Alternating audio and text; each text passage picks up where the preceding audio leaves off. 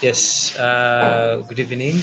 My name is Isaac Sebaduka. I'm a student of life and a facilitator at Girls for Tech and Innovation Africa under the educational program.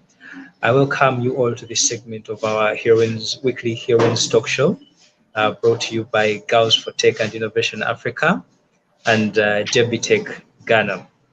Our topic this evening is digital rights in Africa, options and policy. Today we are honored to host Miss Aidah Bukubuza. She's a founder of IDEA, Gender and Innovation Initiative. She's a Washington Fellowship alumni, and she's also an advocate for digital equality. Thank you for joining us this evening, Miss Aidah. Thank you very much, Isaac. Good evening Yes. to you all, and thank you for having me. For our viewers and participants, you are most welcome. Kindly feel free to share your comments, questions. We are live on Facebook and YouTube page of Girls for Tech and Innovation Africa. Share the link with your friends, your contacts, and all people that are interested in change and innovation and all good things for Africa. Yes, Miss Aidah, can you tell us a little more about yourself, your work, and why you choose this field of work? Well, thank you again, Isaac. Good evening, everybody, and good afternoon. I don't know where we are all viewing or participating from. My name, as said, is Aidah Bukubuza, and I am a founder at IDEA Gender and Technology Initiative. I'm currently pursuing my master's degree in digital information management and systems innovation at the University of Leeds in the United Kingdom. And I'm also Mandela Washington Fellow 2018, where I did a certified executive in business innovation and entrepreneurship from Northwestern University in Chicago in the United States. Also, from my background, I do hold a bachelor's degree in information systems and information technology from Macquarie University, as well as a certified diploma from Clark International University in applied ICT in health and leadership. That's briefly what I am in regards to my study journey. However, before that or in line to that, I work around having more women and girls in spaces of technology or the entire STEM ecosystem to be able to advance, the urgency of having more women and girls in STEM so that we can have not only our voices heard, but also to contribute to the equal factors that do affect women's full participation in such spaces. So in short or in brief, I would identify myself as someone who is very passionate about issues and pertinent concerns in regards to science, technology, engineering, and math. And why so? Not too many different reasons. There is not so many young women out there who can, partake into this male-dominated space, even when there has been a lot of very many collaborative partners, a lot of empowerment around this particular space. We really feel like there is more that women and girls can do to not only compete, but also to collaborate and have very good say and a lot of innovations around STEM as a whole.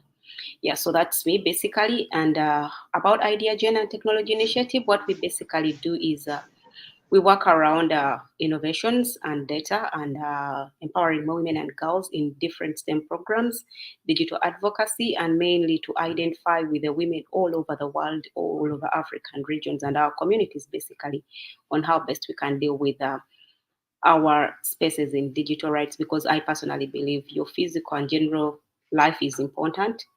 In today's changing world of work, we are living on digital spaces. So is your digital rights. So that's why it's very important to also highlight the fact that we are living, we are studying, we are working online to be certain about the dangers and the opportunities that we can leverage from such spaces that are digitally. Yeah, thank you. Thank you very much for that. There is too much to digest there. Today's theme for our talk show is digital rights in Africa, options and policy. Could you tell us what are digital rights, the principle and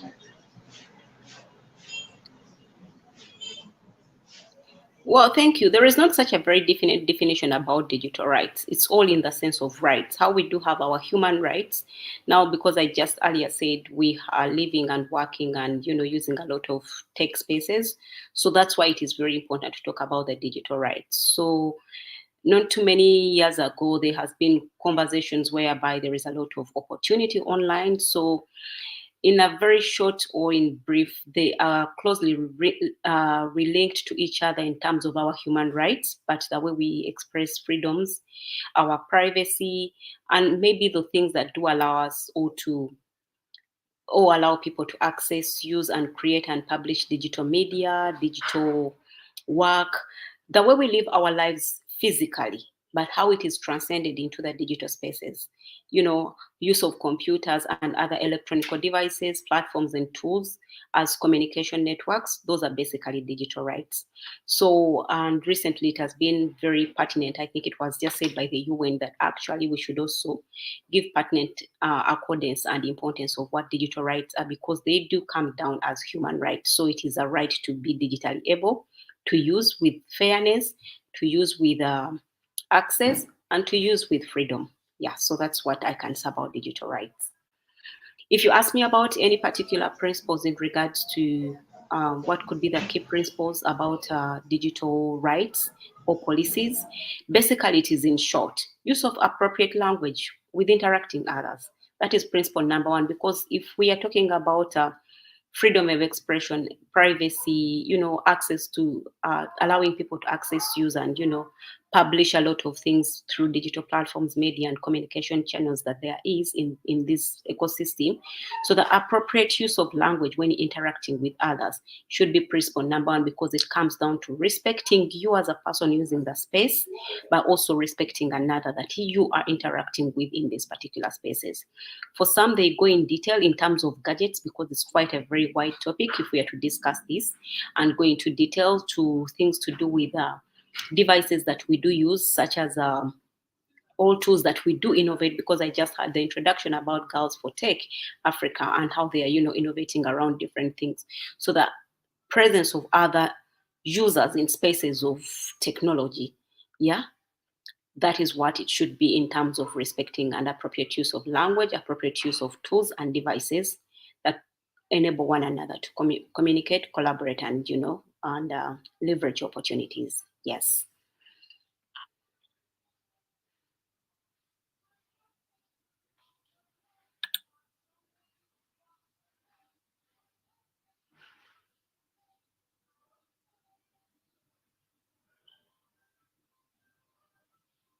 Yeah, so I also saw something about some of the key examples when it comes to digital rights. Yeah, expression, how we use, even when we want to say we have freedom of expression as people who use digital tools and platforms. I'll use an example of like media personnel, because I do believe for me technology is an enabler of IC, and which is I is for information and C is for communication. Oftentimes when people are talking about ICT, they want to highlight the technology in it, but the very basis is actually the information and the communication. So the journey for anyone who is going to leverage these particular tools to be able to respect another should be one of the guiding principles of information. Because when you do have information, how do you process it? Is through the communication. You understand? So one of the key examples I usually give is around things that are actually not even related to the very technical bit when we talk about technology. And I will use an example of media houses, or let me just assume there is a particular reporter who has a right to express themselves. But whereas you're expressing yourself to say whatever you have to say, are you very sure it is not an offense to another? So the very key principle in this regard is about respecting another using these particular platforms. That way we are going to, be certain that we are going to overcome cyber harassment, we are going to overcome cyber abuse, we are not going to infringe on people's private and blackmail and miscommunicate or misinform the public. And when we enable these environments with such icons, then technology as an enabler becomes a little bit easier. Yeah. So that is the one example that I can give. It can be on health. Even when you do health related innovations, it comes down to the information that you want to put down in these particular platforms. The reasons why they are called digital platforms is because this is the space, the eco space that we have to use and leverage on and, share whatever we have to share. So even if it's very technical, at the end of the day, the information that goes out there, is it misinforming or is it disinforming? Is it fake news? Is technology enabling us to, understand these particular challenges? Or is technology enabling us to make sure we make informed decisions in such spaces? Well, alone, let me give an example in education. I know Girls for Tech is very passionate about improvement of services in the education sector, which is a very good idea. So how are we making sure that the students that are leveraging these particular same platforms, the Zooms, I'm saying we're using StreamYard, are very safe? Is it respectful for them to use these particular platforms? Are they making informed decisions? What are the channels of communications they are leveraging on to make sure that they are enabling the service or the mission of their organization? Yeah. So for me, respecting and guiding and respecting another is very important. And also safety is very important when it comes to users of digital spaces. You may be okay as a person, maybe you choose not to engage. But like I said earlier on, in the world where we are living in an evolving technology right now, I'm in the United Kingdom, but we are leveraging to, share information and knowledge amongst each other from all over the world. I do not know how many people are, tuned in right now. But the whole point is, are we safe while we are having these particular conversations? Are we safe when we are sharing such information to the world? Is this information safe enough for the people to inhale it or to consume? So those are the two guiding principles that I can give about respect, regardless if you have the freedom of expression or not, and privacy. Do not infringe and abuse another of, and do not threaten another of these particular ecosystems. And number two is, what is safety? Where is the safety in this whole thing? Because when we talk about our gender and physical spaces, we are always talking about, especially when it comes to a girl child, our physical appearance, our, general appearance. But there is a lot of harm that is being done when it comes to online spaces. Online violence is one of the number one challenges of many women's for participation in such programs and STEM programs. So if there is no safety, then we do not have, we cannot grow. And maybe lastly that I want to talk about maybe is in access and affordability, especially to low developing countries. What it means to be, when we give examples of guiding principles of access to digital rights or digital, to advocate freely, access becomes a very pertinent issue in terms of, especially when I speak a case of Uganda. There's quite a number of people who want to participate and, leverage the opportunities that technology or the entire ICT ecosystem has offered to the world. However, a challenge of access becomes very, very key. And this access can be in terms of networks, devices themselves, security. Again, access to this security, even when someone is being abused online or harassed online, the fundamental policies that are back in low developing countries may not favor, because someone sees no harm on your face, but you're emotionally draining. And when someone is being emotionally drained, the next thing they are going to distance themselves from such spaces. And tomorrow, Girl for Tech or Idea Gen and Technology or other developing initiative and partners will still say we need more women and girls. But are we going into detail to understand the things that are pushing women and girls out of these spaces? They could not be physical, but they are actually mainly digitally imposed or digitally challenging circumstances that are pushing their full participation in such spaces.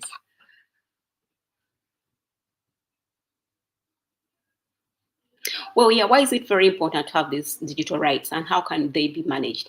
Well, it comes down from very many developing partners, from the consumers to the users and also to the internet service providers, I must say, and also government or governing bodies of these particular operating, where these operating platforms are. I'll give an example. In Uganda, I know right now we are still banned to use Facebook. Yeah. Is it a very good thing or is it a bad thing? I may not be in position to say the weight why it is still banned, but I know at least something why it is actually challenged when it comes to access, which is an information source. The number of people that use Facebook are young people. How about if there are people who are using Facebook to teach young people about different things, because it's a source, it's an open source, platform where people can leverage information and make informed decisions on different things, from entertainment to education. We've seen very many programs run. Right now, Isaac just mentioned that we can follow this particular conversation on Facebook.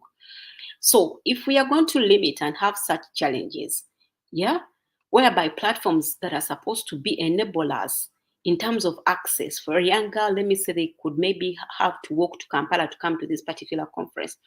In their palm, they can use a mobile phone to be able to tap into this conversation, which can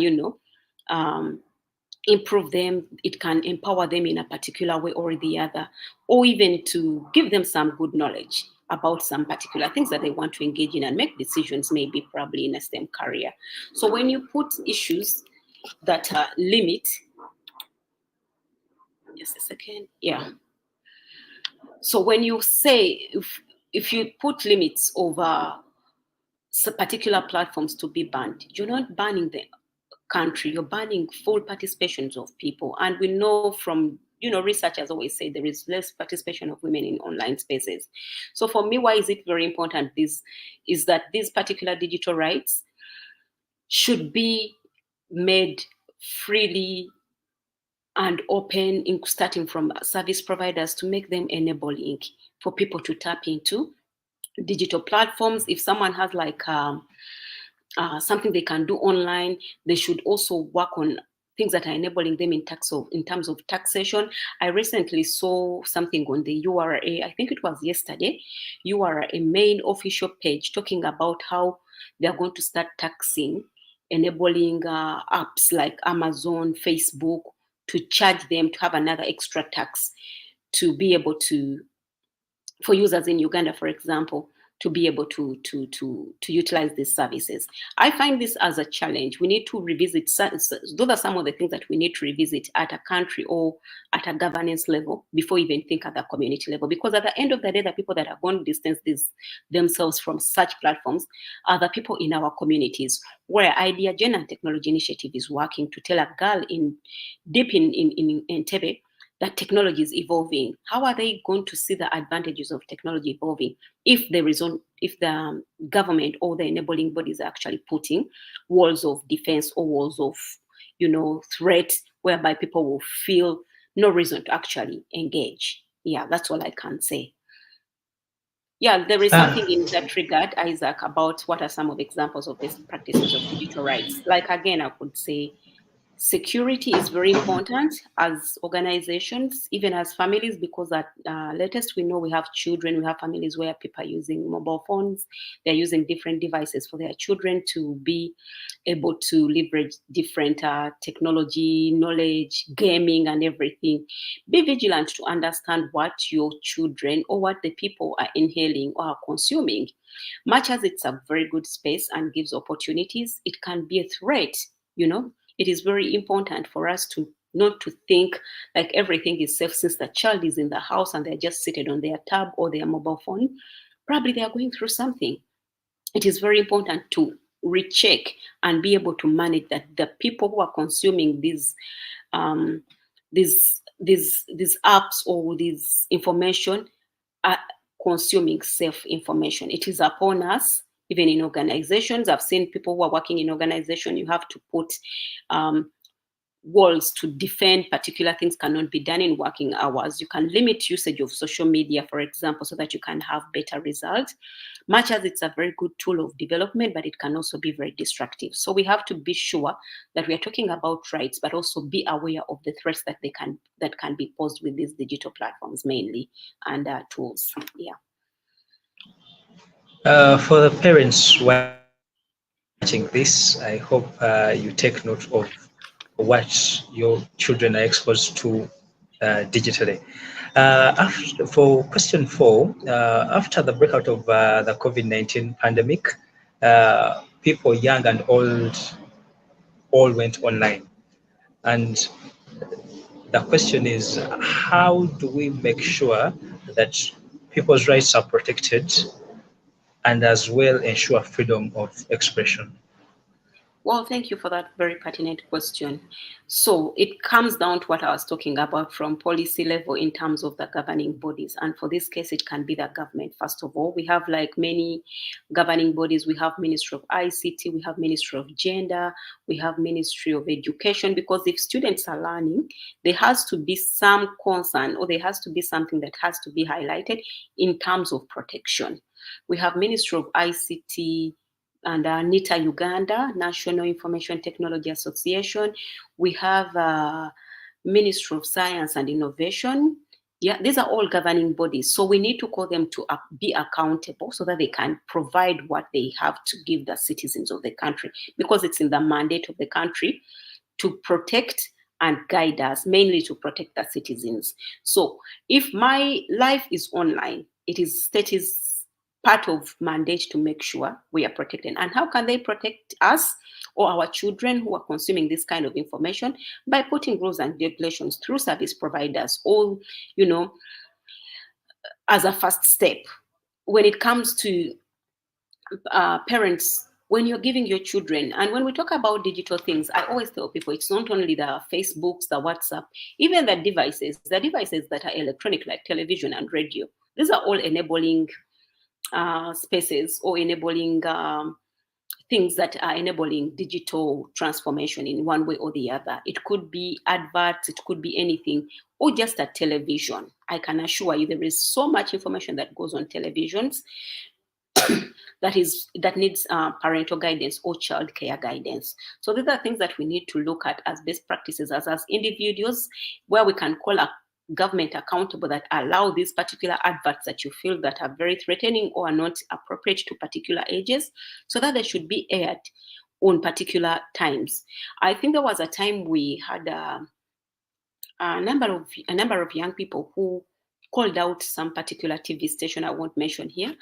The content was okay, but the timing was not okay. We didn't know if it was meant for everybody to view or to consume.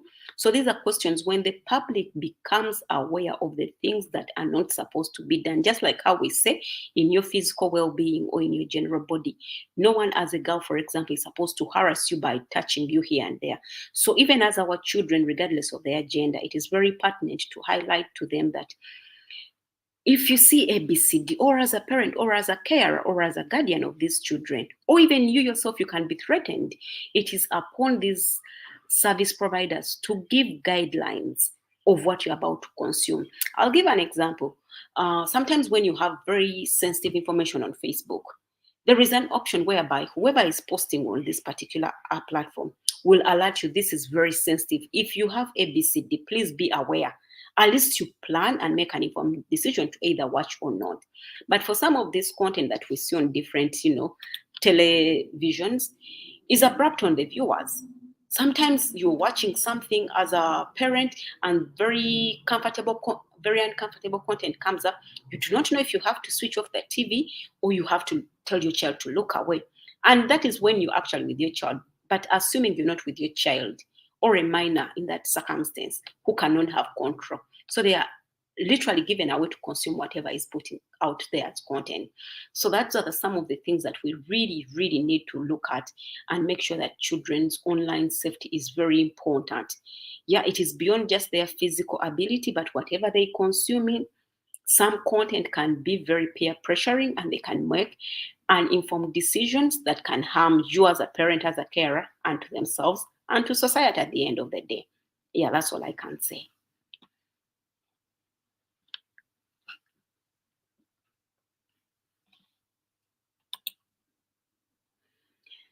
Well, in my opinion, which policy should be put in place to ensure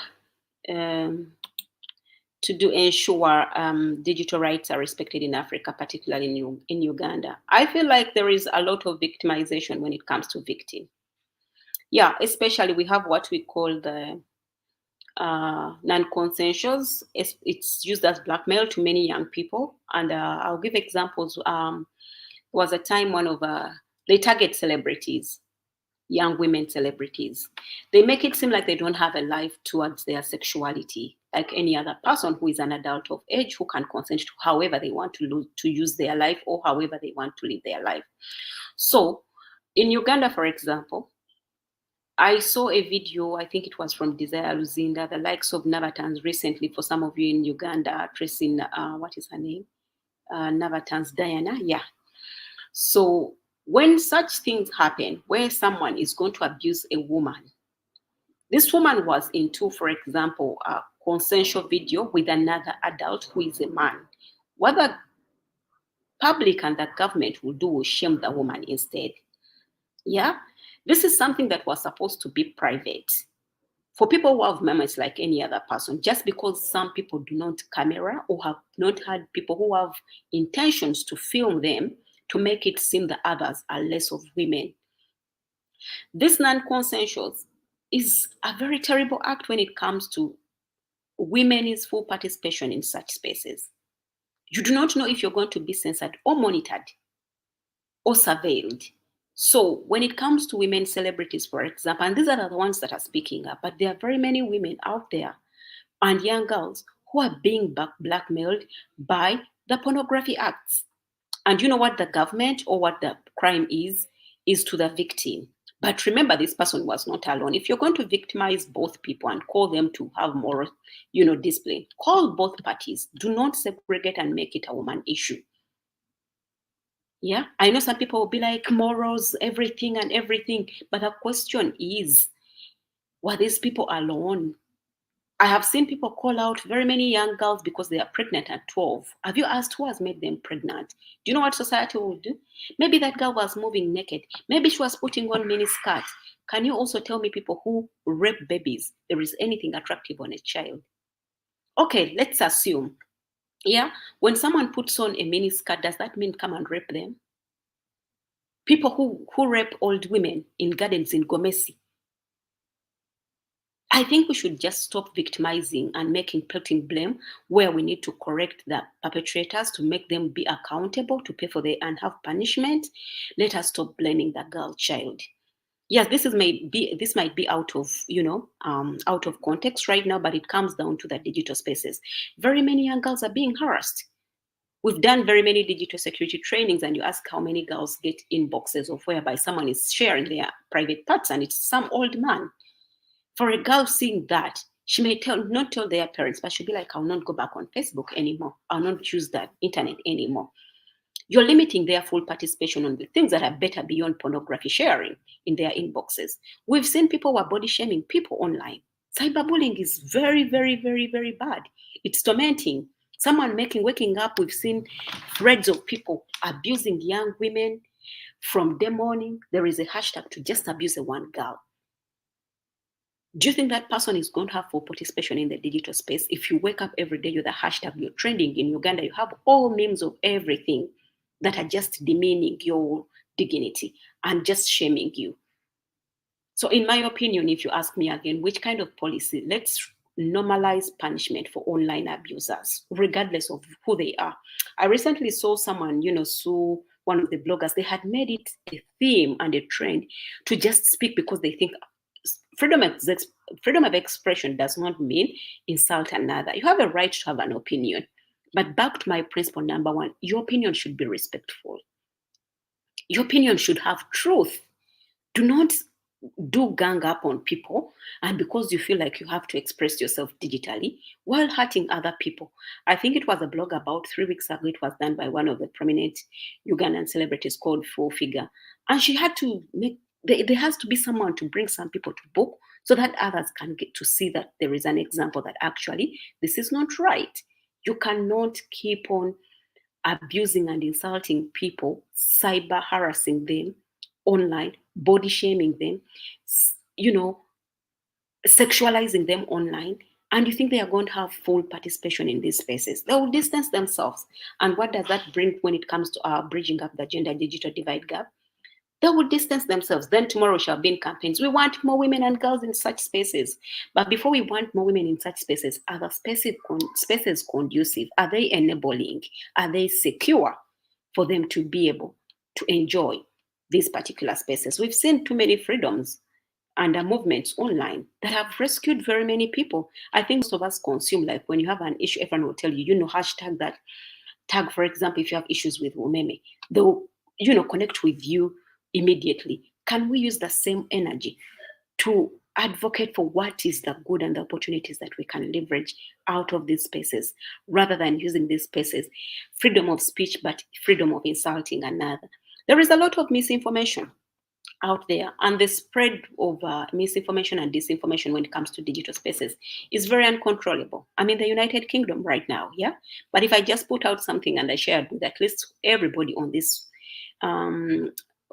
call, yeah, those are already a number of people. I cannot recall that. Whoever they share with, I do not have control.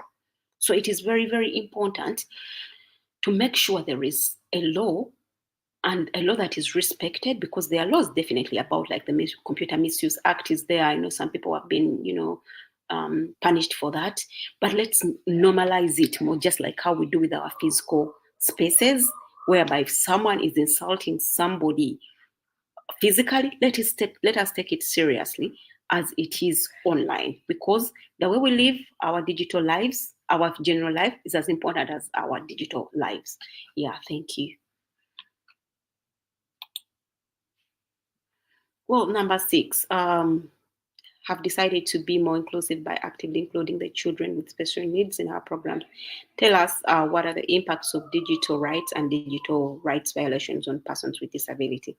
This is something that actually really bothers me. Back to governance.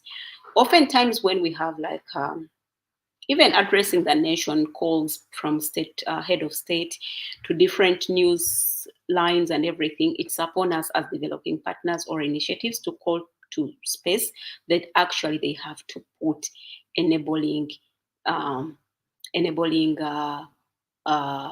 states for ideas, like, for example, interpretation when it comes to TV sets.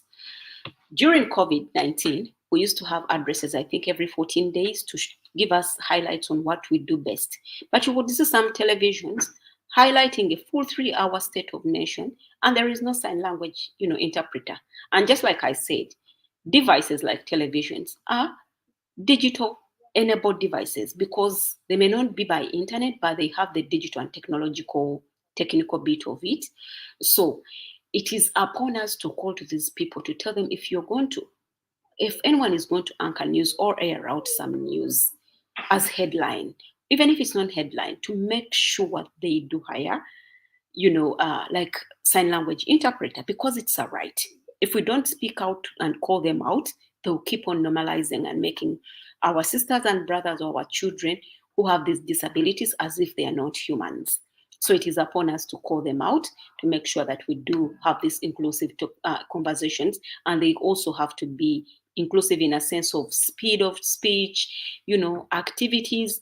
And I want to applaud Girls for Tech for doing such initiatives, because recently I think we had an access and safety event at the American Center in Kampala, where we made sure that we have the girl child who are from the Mulago, I think it was Mulago School of the Deaf, to be part of this conversation. They shared their insights. Unfortunately, often of the young girls, because that is what I call normalizing pain on the girl, the children, regardless of their gender anyway, in this particular answer.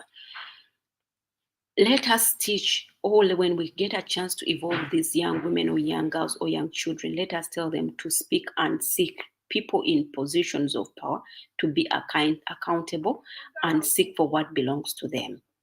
These young girls expressed their innovations at the American Center, because oftentimes we think they are good at cooking, baking, tailoring. Those are very good skill sets, don't get me wrong. But is it that there is, in today's changing world of work, that they have to leverage on only those skill sets? If they have visions, if they have dreams of being innovators, let us allow them as developing partners to make sure we put them in spaces where they can be recognized. Yeah. So one other thing, one of the impacts of digital rights and inclusion, it is very, very important to have people who can speak up. Having such conversations can bring up to speed to those that are accountable. And I'm glad we are having this conversation right now to make sure that we have people understand you're not the only one who has issues. We are all in different types of ways and different types of shapes. Don't only hear the people that are assumed normal, because I don't believe there is anyone who is normal anywhere. But if someone has a visible disability, don't assume that they cannot do anything. Some people have disabilities mentally. You may see them fully walking, talking, and everything, but they have mental challenges. So inclusive teaching and learning and advocacy should be at the tip. I'm sure it should have been even number one in the questions above all. Yeah, so that's all I can say when it comes to persons with disability. Let's engage them in dialogues. Let's have them more and have them, for example, even as we speak on this particular panel, they should be an interpreter. Because if we do not normalize them and we say we are part of the change, then other people are not going to take us serious. Okay, even as we speak, because this is a live chat, let us change the narrative and the status quo. We should be having a sign language interpreter for these particular conversations. That is how you begin on changing the narrative, however small. Because someone once told me, everybody cannot help everyone, but everyone can help somebody. So if when we're just a couple of us, if there was a sign language interpreter, if we had invited them Lago School of the Deaf representative or anyone, or even anywhere somewhere else, that is one step. It's not like it's nothing. That is how you start changing the narrative and changing the status quo. Thank you.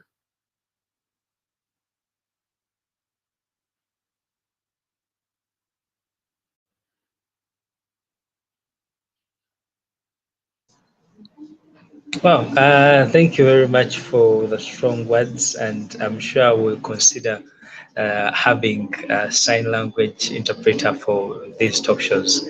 Thank you. For our last question, what is the one thing that our viewers should take from this conversation this evening? Before that, I'm seeing a question from the chat from a participant: how ordinary citizens can overcome current restrictions of. There is question 7. What is the one thing? Okay, before I come to that, allow me answer this particular participant who asks, how can an ordinary citizen overcome current restriction of digital spaces by many governments in Africa? Back to accountability, just like how you cast your vote into a ballot paper to choose your leader. Start with your member of parliament or LCs, because they went to represent you. Call them to account and ask them, why don't we have ABCD? They may not act, but your voice is out there. Like I just said, you cannot change everybody at a time, but that is a step. So if you are 1, then tomorrow there are 3, then to 5, before a week there are 10 people. Before you know it, it's millions of people. How people mobilize for change and protest towards change is not by arrogance. It's a step at a time. We've had different leaders in history, the Mandelas. You start one by one. There is one person who is going to believe in you or who will hear you. We have representatives. That's why we have a line of leadership, including up to the president, because you may not have a chance to reach the president, but there's a line of protocol, starting with your local chairman. Tell them, why don't we as young people have access to these things? Because they enable us to do ABCD. Start with even your school. Some will laugh at you, but there are those that are going to be feeling the same pain as you. You cannot have the same pain as everybody, and many people will mock you, but there is always somebody who will hear you. So as a person in today's changing world of work, where digital spaces are enabling us to grow in e-commerce, in education, in health, people having health systems and health info sessions online. I have seen very many groups whereby someone posts, oh, I'm going through ABCD, what can I do? And millions of answers are popping up. So if there are those people out there, you've not even met them, and all you could see them is digitally, then that means there is someone behind these particular devices, regardless of the threat they pose, that is giving information. Yeah, so it is important to call to them. Censorship. We've seen people like very many activists, and you know what we do? We just like, let's wait for Stella, she will undress on our behalf. But she does not feed you, you know? She's doing her job. What are you doing as a person to make sure that you call upon the government or the leaders that we choose in these spaces to represent us, to give them the work that we voted them to do? Yeah. I hope I did answer them. Whoever asked that, I hope I did answer them very well. I think that was that was a very good response. Start where you are to get to where you want to be. Right. I think that covers it. For the last question in this session is, what is the one thing that our viewers should take from this whole conversation? Because we've covered a lot of topics. What's the one thing they should take from? So for me, I always tell people we are in an evolving world. And the evolution about the world is in technology, regardless on what you do, from what you're selling, from education, from the health sector to agriculture. Anything in the world is going to evolve in technology.